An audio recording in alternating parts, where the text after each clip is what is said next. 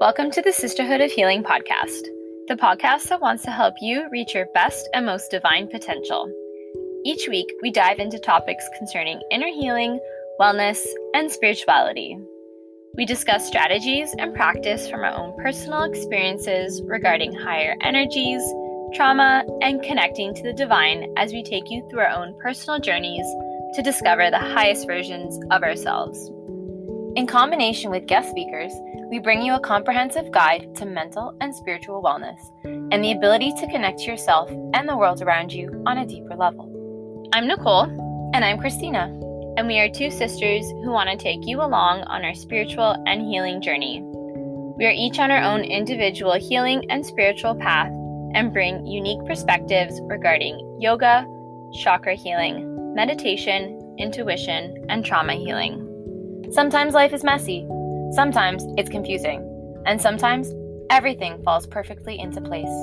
Join us as we navigate the path to divine enlightenment together. Hello, sisters, brothers, and non-binary listeners to the Sisterhood of Healing podcast. On today's episode, we have Laura Wilford Silverman, who's here to talk about invisible grief. So welcome, Laura. Hello. Thank you so much for joining us on the podcast for this episode. Absolutely. Thank you for having me. So I feel like you're a special guest because you feel like a friend to me because we know each other through the Beachbody community because we're both Beachbody coaches under, ironically, the sisterhood. Yep. So I feel like I've known you for a bit. But when you shared with your community online that you started Invisible Grief, I was like, oh my God, we have to have you on the podcast. Thank you. Thank you. Thank you. So if you could introduce yourself, tell us a little bit about who you are and what you do.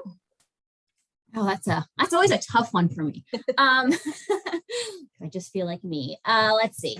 I was a kindergarten teacher before I had kids, so I'm big into little kids. And then when I had my son, because of money and sending two to daycare, it just made more sense for me to stay at home. And so now I'm a stay-at-home mom. My daughter is in school, so it's just my son right now.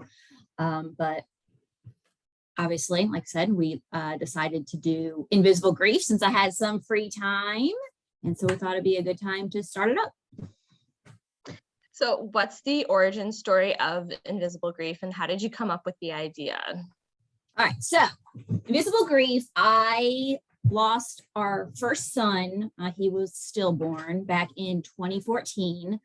And of course, that was a big shock when we went into the hospital. He was perfectly normal, healthy. And then within a matter of hours, we didn't have our son and we had to leave the hospital alone. So it's a big shock from going from the ultimate high of having a child to the ultimate low of course, not having our child. So when we went through the process, of course, funeral and his headstone, the phrasing of Invisible Grief, which is the forever loved, forever missed, forever remembered, is the words on his headstone that we had decided on. And then my husband decided he was going to order some bracelets that had those words on it just for him to wear. And he's been wearing them ever since we lost him, which is about 8 years ago. And then, of course, you have to order things in bulk. So he had like hundreds of these bracelets. But when he came across people, he owns his own business. When he came across people that had lost children or husbands or wives, he would hand out these bracelets because we had them. So why not? And these people always told him how much they loved the bracelets, and thanked him. And that kind of slowly led into the idea of, if people really like the bracelets, why don't we try to, put it on t-shirts or put it on mugs, and we still have the bracelets to try to, sell to people and reach out to, the unfortunate community that we are a part of. And so that's where the actual name Invisible Grief came from. Was, again, when we had lost Ari, my husband took that domain out because he was going to blog about his grief. And so that's where Invisible Grief had come from. I don't believe he ever did that. But anyway, so we had the domain set up for invisible grief. And so we thought, well, obviously we can just use it in this instance, because it's, obviously dealing with Ari and our loss. And so that's where the title of Invisible Grief came from. Wow, I'm so sorry that you had to go through that. I can't imagine having to go through that. I know, I feel so bad, like the worst honestly, nightmare. talking about this with you, because you're about ready to have a child and it's so exciting. And but it was reality. Yeah, no, it definitely is reality, and I feel like I can empathize with you, because as a soon-to-be mother, or mother now, it's something I think about every day, right? Right. Yeah, the worst case scenario. So yeah, I completely have empathy for you, and I can't imagine having to go through that. I appreciate your condolences. Yeah, I appreciate you having being comfortable to share that with us as well, because like Nicole said, I cannot even begin to imagine like what that's like. So thank you for feeling safe to share that in this space. Yes. And also, I mean, I know Nicole's about to be a mom, and you said, I'm sorry to share this at this time, but I think they're still all important things. And just because something's difficult or a little scary doesn't mean we shouldn't talk about it. Like it's really important for everyone like to receive like what you're sharing, and for you to share as well. So yeah, no, we appreciate it. Like I said, I appreciate you guys allowing me to speak. And like I said, I know that even in the 8 years from our loss and our grief, talking about grief and loss and, around infants, or just not around infants, but has really come a long way, which is a great thing to see that people are talking about it. So, you can form that community of people who, understand, everyone's situation is different, but you still have that community that understands. And again, people can learn how to be more empathetic, because that's one of the things later I will talk about. Yeah, having that core community is so important, because like anybody can offer like their support, their condolences, their love, but not everybody necessarily understands exactly like what your experience is. Yeah, so that community is so important, to find your community, to find your people. Yeah, so important. Absolutely. Yeah. So what were some of the coping strategies that you took on and practiced as you went through your grieving process? Like, are you able to take us through some of that? Sure. And the first thought I had when I read that question was, there are none. I wouldn't, I guess, define them as coping strategies, because again, it's such a shock to the system, especially if it's a what's the word I'm looking for? Not expected death, right? But I would definitely say, advice I could give as far as coping would be like, essentially do what feels right to you, right? If you want to talk about the person you lost or how you lost them, talk about it. If you don't want to, don't talk about it, right? So kind of just essentially do what's going to make you happy that day or that moment. And then, I know the big, time will heal and, all that. And I won't say it heals. I will say time, makes it, I don't know what the word, easier, not as in your face, but essentially, in the beginning, when I was going through the initial bit of grief, it was just, again, one foot in front of the other, one moment with, again, today it will make me happy to just watch a movie in bed. Okay, so that's what I did. So, and then obviously as time goes on and life continues, right, you get back into, I eventually had to go back to work. My husband had to go back to work. So, of course, just everyday life essentially is a blessing in that you have to do it. So you kind of have to get back into, every day and doing things. But like I said, the overall coping, I just don't think there is any coping. It's something you're just not ever programmed to deal with, I don't think. Yeah, no, that's completely understandable. I feel like we all grieve in different ways.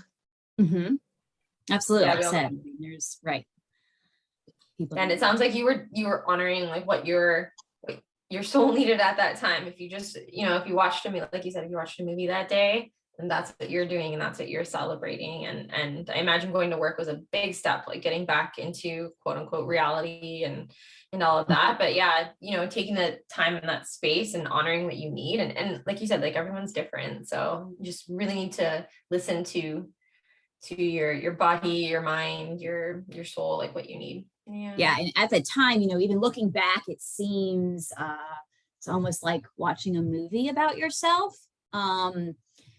And at the time, obviously, I wasn't thinking like, this is what I'm going to do to make myself feel better. But, again, everyone kind of struggles through it. But just like I said, looking back, it's, I think it's really the only thing you can do. It becomes like a very small, your world almost kind of shrinks to being just you. I guess it's kind of like more like survival at that time. So when you look back, so it's been 8 years, as you said. When you look back now, is there like a definitive moment where you felt like you crossed from one point in your healing journey to another, like perhaps back into from that like small world back into I don't want to say normalcy because I don't want to downplay what happened, but do you feel like there was like a noticeable line where that happened, where you realized, oh, okay, like I've come to a good point in my healing and I'm a little more I don't know what the word is to use, but just a different point? Like, did you find that? I would say I didn't find like a line, where I could say this moment. I went through lots of therapy. And my first therapist, she had actually lost a child to SIDS.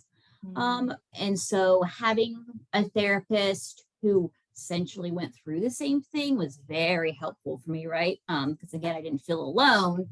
And the fact that my therapist had been through the same thing, I guess had this bond, right? And then from there, I ended up going to a second therapist who did the rapid eye, what's it called? Yeah, like is that it's not REM therapy, is it?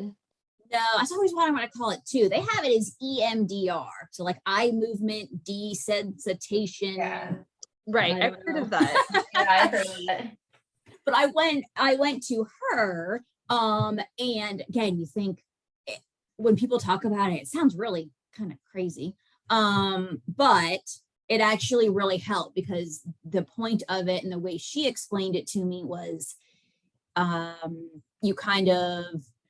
you go back into that point where your grief you felt is the strongest and you talk about it and you just do it over and over and over. So again, it's supposed to create this movie-like feeling where, again, now I look back at that time in my life and I almost think like, oh, again, that's someone else's life. I was just watching it. Of course, that's not the case, but that's kind of the point of that therapy is so that when you talk about it and you're in that moment, the feelings are different. I don't know how to explain them, right? They're not so intense that you're in it. You realize, I guess it happened to you. But that bit of therapy definitely changed a lot for me. Also, of course, during this time, I had got pregnant with my daughter, Haley. So, of course, then having a child, right, is of course going to heal, that longing to be a mom when I didn't have a child to be a mom to. And of course, as you have kids, and then I had my son, right, life just gets busier. And but like I said, I think the rapid eye movement therapy for me really, I kind of see that as, if you want to call it a line, but I see that as what really helped, me be able to talk about it and deal with it more, oddly saying, but kind of, at a distance, I guess. Is it almost, it almost sounds like it helps you to like, and I could be wrong on this, but it helps you to compartmentalize your emotions. Is that kind of what it's doing, where it's like having you look at it, like you said, like a movie? Is that maybe yeah, I could kind of see that. Again, obviously I went through it, but I don't want to obviously speak as a doctor because I definitely don't know. But yeah, I mean, it definitely seemed, like I said, where I think that was kind of it, where again, it just seems, like I said, like it's just at arm's reach instead of, you're right there, kind of dealing with it. So like I said, obviously I've only had this therapy in this instance, so I always find psychology interesting as well. I think that's one of maybe the things that help me. I love psychology. I love the way people think and their minds work, and so I would go to therapy every day if I could, because I just find it so interesting. So I think maybe I was more accepting to, whatever you want to try, I'm game for it. But yeah, I think it definitely, like I said, I could see where it compartmentalizes, right? Like that grief, where I can kind of, I guess, separate the two, right, from your daily life. I feel like your willingness to seek out therapy and to reflect is what helped you. Yeah. So many people definitely. are defiant to going into therapy and talking about things and having to relive them. Right. And that was one of the things I had put too, like for advice, was like, again, figure out what works for you. And if you can't figure out what works for you, like have the open mind to go get help, right? Go seek someone. I didn't go, it took me about 6 months, I think, to go see a therapist after losing Ari. And my husband recalls that he was the one that was like, I think you need to go get outside help. I've always been a very anxious person. And so I told him, even in the very beginning when we got married, like, if you ever think my anxiety is to a point where, I need intervention, let me know. Of course, losing our son, like, put it into overdrive as far as my anxiety. And, but again, it's nice to have someone who would speak up in that instance, right? Like, he saw that I was struggling and I needed that help. And he was, of course, okay to be like, this is what I think you need. And of course, me trusting him enough to be like, okay, like, let's go give it a shot. And like I said, when I was looking around for therapists, it was just, very lucky that I happened to find someone, and she was in this area that not only specialized in grief, but then had also lost a child as well. She lived up in New York when 9/11 happened. And so she worked with a lot of the, family or the survivors of 9/11, of course, and all that grief. So like, she's I can't, speak well enough of her. But like I said, so I think I'm very lucky that I found her. And I guess that'd be another piece of advice too. I know that, again, people don't want to go to therapy for lots of reasons, but if you go to a therapist and you don't click with them, then it's just like any doctor, like, go find someone else. Like, again, make yourself the priority, that like, you're important enough to, if you have to go through 5 different therapists, then go through 5 different therapists, right? Because obviously in my instance, and a lot of people's instances, grief is going to completely change your life. And so, if you need to talk to someone about it, you owe yourself that. And so, like I said, I know that, again, through the years, I know that mental health, again, has come a long way, which is fantastic, that people are talking about it and talking about getting help and not being, it's not so taboo and, a bad thing. And so, like I said, if I could give advice, it would be, again, if you are struggling with it, to, again, find a therapist, or again, like we've talked about, community, find a community of people who, can understand you in some way. Because that's one thing, of course, that I felt right away, was very alone, right? I felt like this doesn't happen to anybody, it's just me. And of course, that's not the case, right? And so it just takes a while to kind of, find those people that understand, which is one of the things, actually, it's really great about Invisible Grief, because we have the social media now you know, I come across a lot of other families who have lost children. And so it's nice to kind of, you know, again, have that community. Right when I had lost Ari, I was all involved in that, you know, in the like Facebook groups and things like that. And then there was a point in my healing that it became too much for me to see essentially all the sad, horrible things that happen. And so I kind of had to step away from it for a while. I mean, it was years, but now I'm back at the point where, you know, I can kind of be more involved with my grief and, you know, trying to help other people with theirs. I'm curious, did your healing journey look different than your husband's healing journey, or were you guys kind of like running like parallel alongside each other with it? No, I would say our journeys did not run at all the same, because I feel right when it happened, my husband immediately went into like protector mode of me.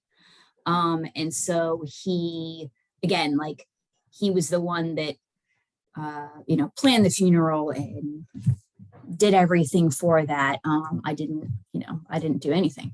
But that, again, that continued on for months as far as like, you know, he was there to help me with what I needed. And so I feel he definitely like took his grief and put it, you know, again, like on the back burner. And he was more focused on me. So I feel like as the months went on and even the years went on, and I was getting better, for lack of a better word, then he kind of started, I think, dealing more with the grief and the impact it had on him. And again, it wasn't probably until a little while after what happened that it dawned on me that, again, my experience was completely, but it was different than my husband's experience, right? In some of the events that happened, like when Ari was born, he didn't cry, right? He never breathed. And so, of course, I had a C-section. It was an emergency C-section. But of course, I was kind of drugged up, right? And then when it first happened, I remember being like, why isn't he crying? Why isn't he crying? And the next thing I know, I was asleep. And so my husband actually told them to go ahead and knock me out, right? Because he knew I would kind of essentially freak out, but I was still open on the operating table. But while I was out for about an hour, they were trying to revive my son. I never saw it, but he was there and he had to watch it all. And again, I felt essentially bad because I wasn't there for him, right? I was literally knocked out and he had to go through all that alone. So again, he had different parts of the grief that I didn't have. You know, I essentially missed a chunk of it because of the medical things surrounding it.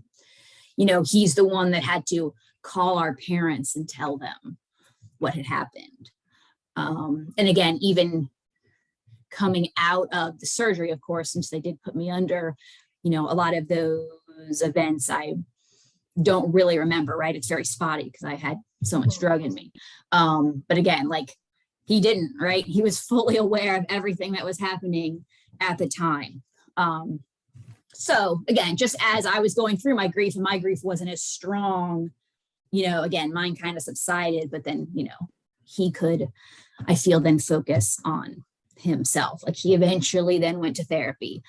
But I mean, I want to say it was a year or two after I did. So, but like that was one thing I feel like things would not be the way they are today is if it wasn't for my husband, because he, again, when it happened, he just immediately went into, you know, protector mode and protecting me. And so again, I know he put his feelings aside and that saddens me, but you know, it's kind of like, you know, I think a lot of parents deal with the like, one has to put out this fire and then the other one has to put out this fire, you know, or again, just married couples, right? You can't essentially both be going through something at the same time. The one has to kind of be the stronger one for a while, you know, and it's a balance and it goes back and forth. But like I said, without my husband, I don't, you know, really know where I'd be. So Oh, it sounds like he was your rock through this and like Absolutely. your biggest comfort.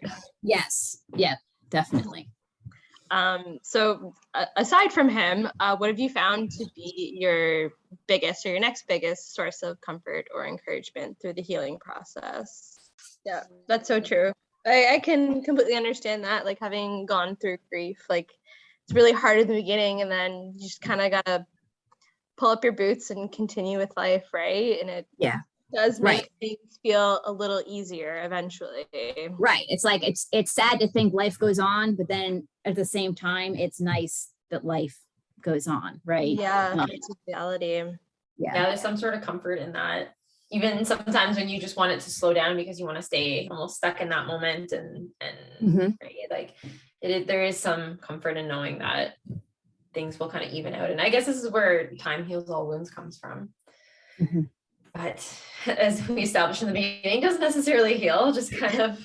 Yes. Yeah. I like to say, it says that, right, you don't like get over grief. You learn to live with, like you learn to live with a lot of things. But it definitely, time definitely makes it better.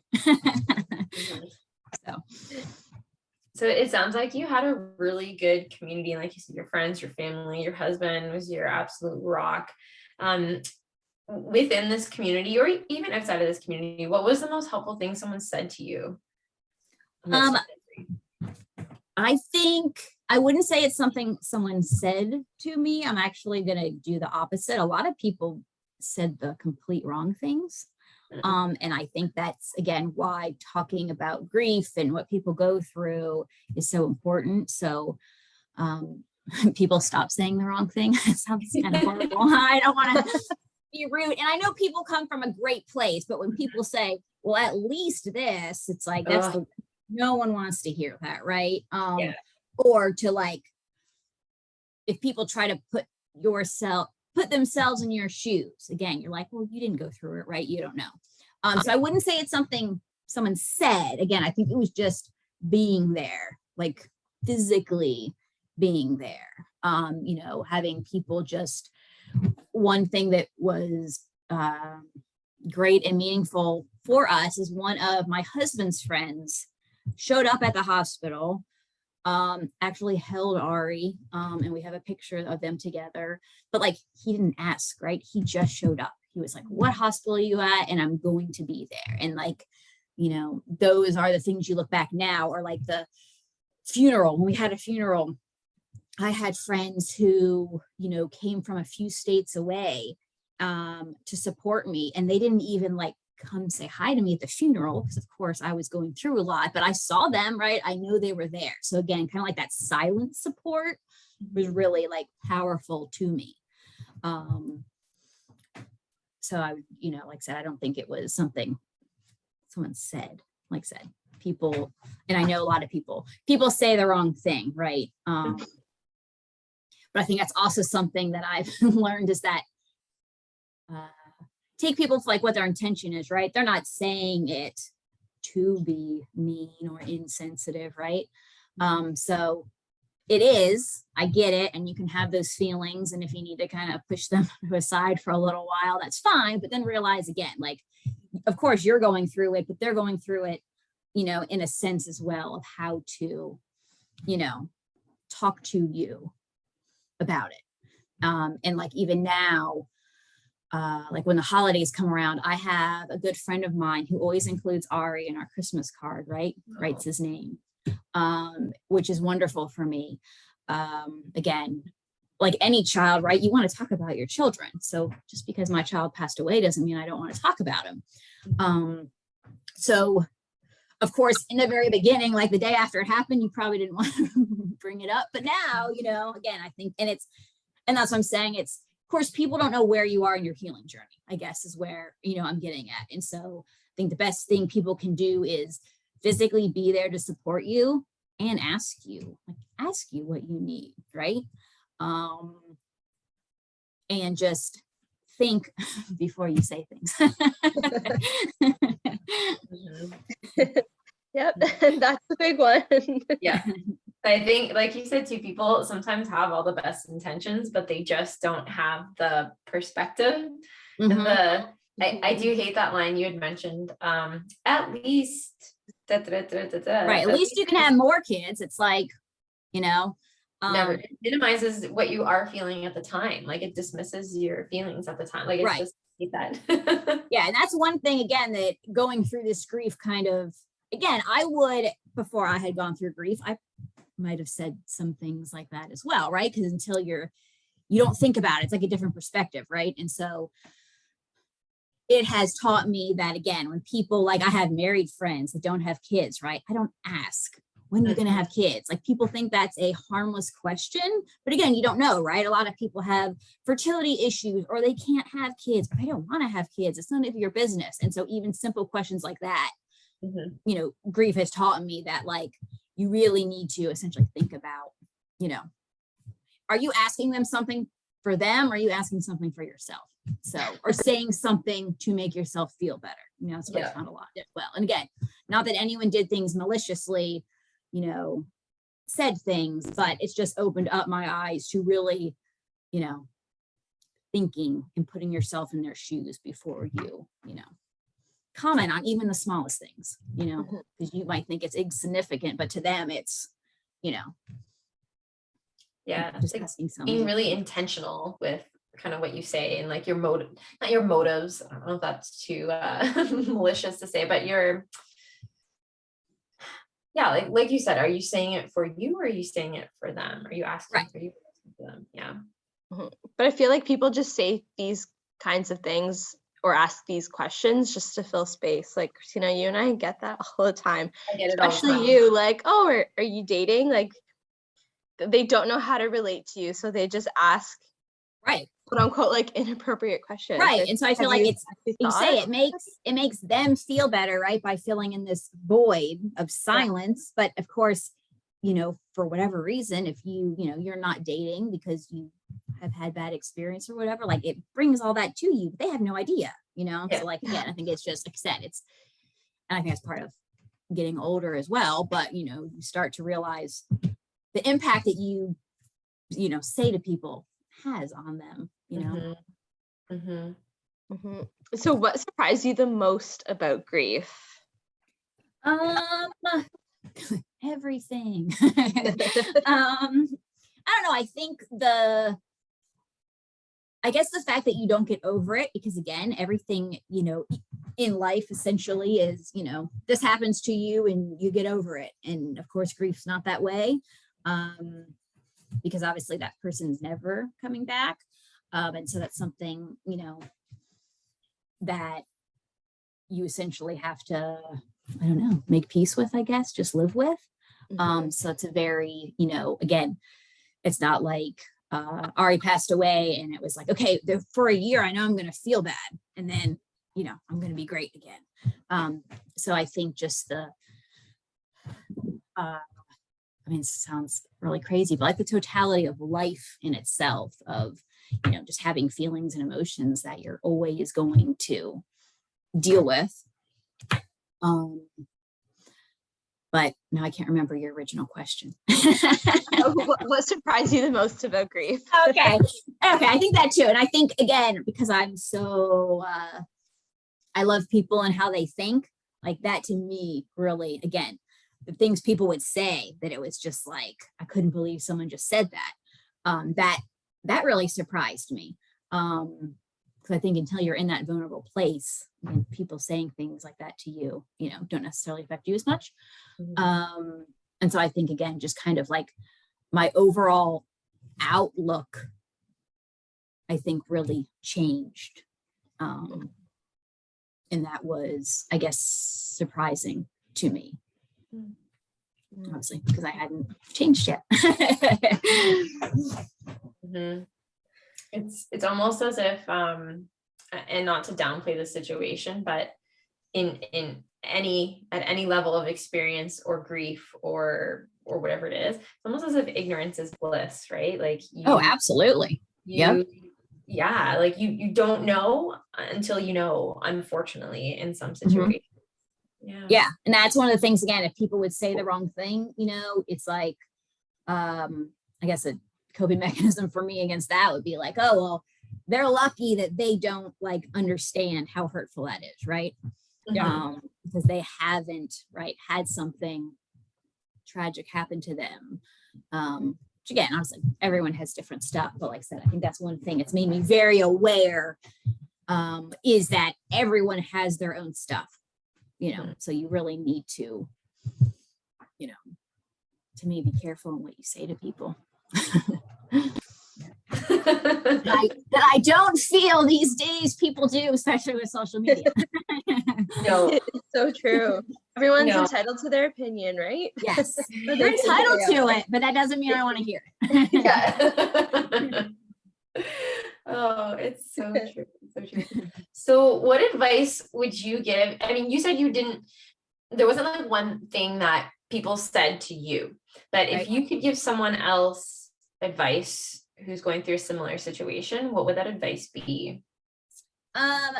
Essentially to not listen to anybody else, and to listen to yourself, right? Again, go back to like what makes you feel good in that moment, in that day. Obviously, life goes on, you have responsibilities, so you know you have to, you know, continue living life. But again, if you want to talk about it, talk about it. If you don't.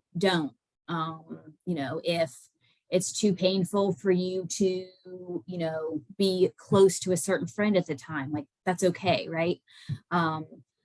You know, again, to really essentially be selfish would be my bit of advice. Yeah, at the same time, being selfish, you need that community. So don't like shut everybody out, right? Like I said, I had my husband who was very supportive. Both of our parents live in the Charleston area, so like we have family around us. So I guess, like I said, be selfish, but yet I think you need to realize like you do need support and community from someone. If it's one person, if it's two people, don't block everybody out. I feel like it could be so easy to block people out when you're going through a loss or like whatever you're grieving through. But I think like seeking out help from our community is probably the most important thing we can do. Just like telling people what we need. Mm-hmm. Yeah, because sometimes people don't really know what you need, or they don't know how to approach it, or right. So like, yeah, like you had said before, I think like communicating like what you need or is so important, or on the other side, asking what that person needs too. Right. Mm-hmm. Absolutely. Yeah, we need to not be afraid of those who are grieving. Right. Yeah, exactly. Like I said, I definitely felt like I was a leper, right? That like no one would like, don't talk to her because then something horrible is going to happen to me. So crazy, but like that's how you feel at the time. Yeah. Oh, it's so true. It's so true. So what are some of the greatest lessons that you've learned throughout this journey? I would say maybe not going through it, but looking back, most people are good people, right? Like people want to help you. They want to support you. They might say the wrong thing. But again, they're saying something to try to help. So I think it, again, really opened up to my eyes to how many good people there are, right? And again, not just your family and friends, but, you know, people in your community, or again, a random stranger I met online who had a similar experience, like, you know, that took the time out of her day to talk to me when I needed it, right? So I think that's the biggest thing, is just like, again, the people who really stepped up and who essentially are good people, like they really came through, you know, and I think it made me value my good friendships a whole lot more, or my good relationships a whole lot more, you know, than in the end, you know what I mean? Like I said, I have some friends who are really good friends, and it's like hanging out with friends who essentially know my past is like this comfort, versus, of course, I've made new friends along the way. And of course, you know, like being on a date, I'm not gonna be like, hello, I'm your new friend, and I lost my son when he was born. And so then it's kind of like they don't know this big chunk of you. But I have found, again, a lot of my friends now are moms. right? Because I had young kids.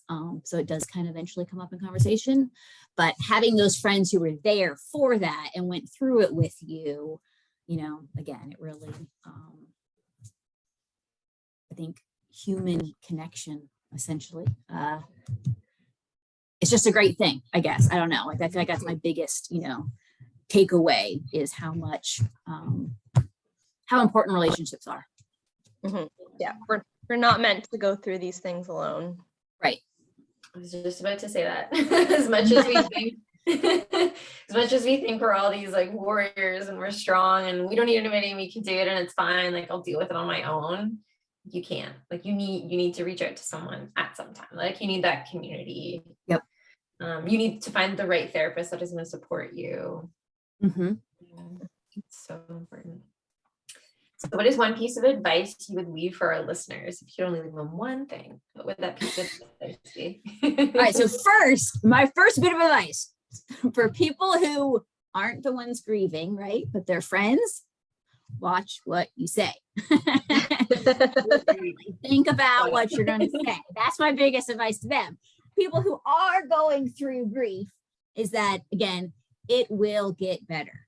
It will, right? Time will help it. Again, your friends, your community, getting back into life, it will help it, right? Again, your grief's never going to be gone, but it will be less consuming to you.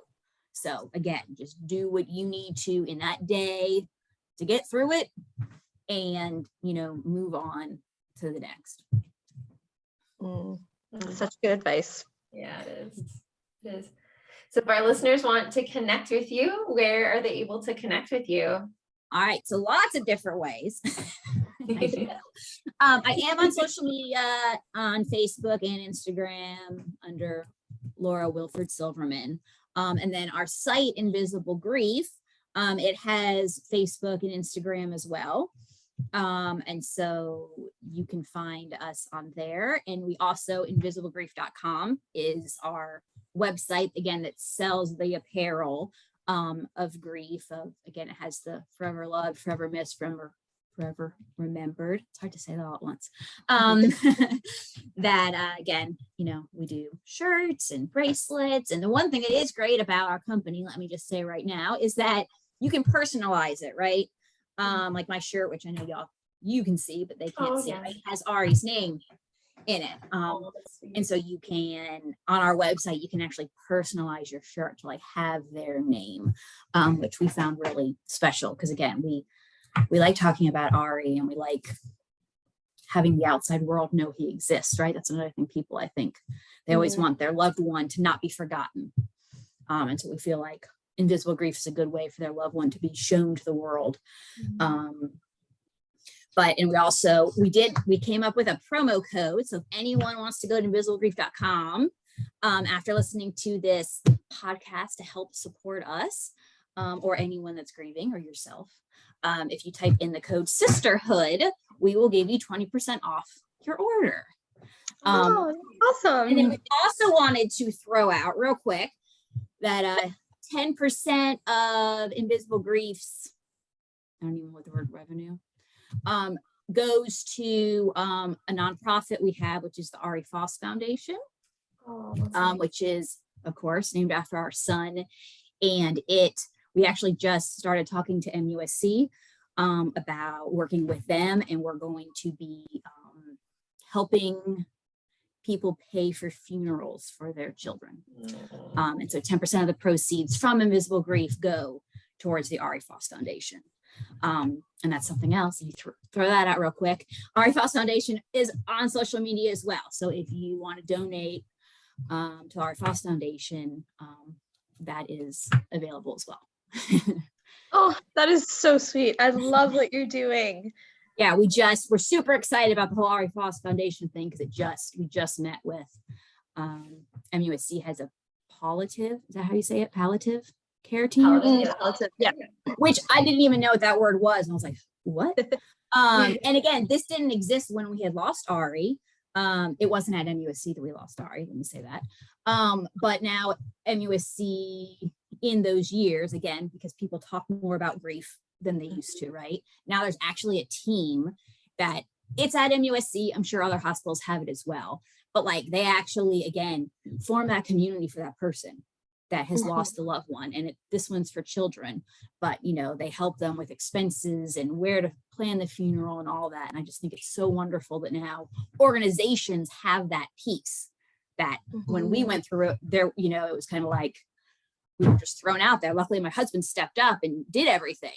But now there's actually teams in place at hospitals that will help.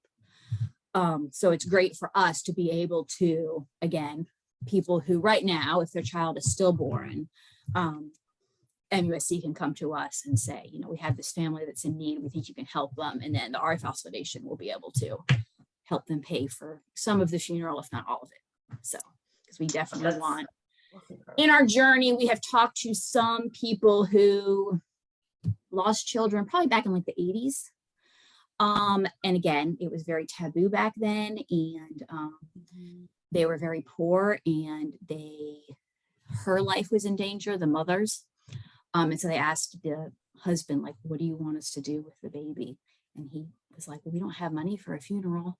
And so their baby never got buried, right? They just had to leave him at the hospital. And we don't, having somewhere to go grieve and honor Ari is so important. We didn't want any other family to go through that. And so again, hearing stories of people who have gone through that, that's where the RFL Foundation came from, is, again, we want to give people somewhere to grieve their child. So, sorry, tangent. No, that's okay. You have us in tears here. No. Oh. Well, we are going to link all of that in our show notes so that listeners can get a hold of you on whatever platform they need to. Yeah. And it's so fantastic that you've taken such a difficult experience and made so many beautiful things out of it for other people, like to support them, and you've given other people, the community that you had, and absolutely, like I said, it's just it's so touching. It's so it's beautiful. Like there was a lot of beauty that came out of this very difficult situation. Yeah, so there's a lot of good people, again, that do a lot of great things. And so now, being more on the backside of our, grief, it's nice to be able to pay it forward and turn around and help them. So like you say, you definitely need community and people to help. So it's nice to be able to give back. Oh, thank you so much for sharing your story and your vulnerability with us. Absolutely. You guys made it great. I was so nervous to talk, but you guys made it so seamlessly to just have a conversation. So I appreciate that. We're so happy that you felt comfortable with us. So it's amazing.